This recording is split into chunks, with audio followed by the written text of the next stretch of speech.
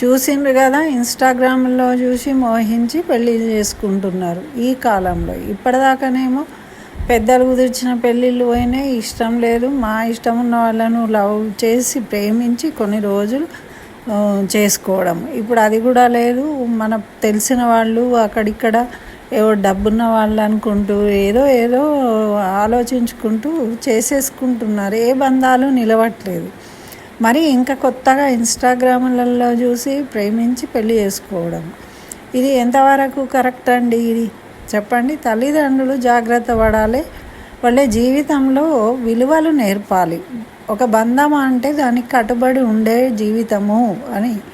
బంజర్దొడ్లో ఇప్పుడు ఒక పశువులను వదిలేస్తే గాలికి తిరుగుతూ ఉంటాయి కదా, ఊరి కుక్కలు అంటారు. అట్లా జీవితాలు చేసుకోకూడదు. ఒక బంధానికి కట్టుబడ్డప్పుడే సంస్కారము, గౌరవము అన్నీ ఉంటాయి. కాబట్టి పిల్లలు తప్పులు చేస్తూ ఉంటే పెద్దలు వాళ్ళను సవరించాలి, ఇటువంటివి చేయకుండా. పాపము ఆయన ఎవరో పెళ్ళి చేసుకున్నాడు, ఆల్రెడీ పిల్లలు కూడా ఉన్నారు. ఆయన చెప్పలేదు, ఈమె వచ్చేసింది పెళ్ళి చేసుకుంటా అని చేసేసుకున్నారు. అక్కడ ఎంత ఇబ్బంది అండి. పాపం అభంశుభం తెలియని ఇంకో అమ్మాయికి అన్యాయం చేసినట్టే కదా.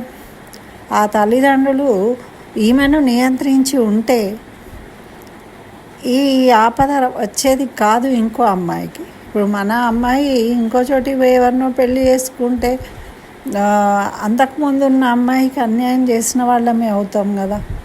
మీ అమ్మాయి జీవితం సుఖంగా ఉండదు, ఆ అమ్మాయి జీవితం సుఖంగా ఉండదు.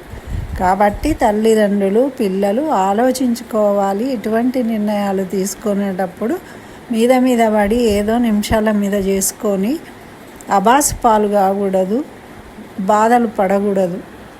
తర్వాత ఇట్లా సోషల్ మీడియాలో వైరల్ అవ్వడం అదో గ్రేట్ అనుకుంటున్నారు ఇవాళ రేపు. ఒక మంచి విషయంతో నలుగురు మెచ్చేటట్టు విలువైన మాటలతోని రావాలి. కానీ ఇట్లా వర్షిణిలాగా పిచ్చి పిచ్చి వేషాలు వేసి వచ్చి నలుగురు నోట్లో నానడం వల్ల ఏం ప్రయోజనము? ఉన్న విలువ పోగొట్టుకోవడమే కానీ దానివల్ల ఎటువంటి ప్రయోజనం లేదు. తల్లిదండ్రులకు పిల్లలు తెలుసుకోవాలి ఈ విషయం.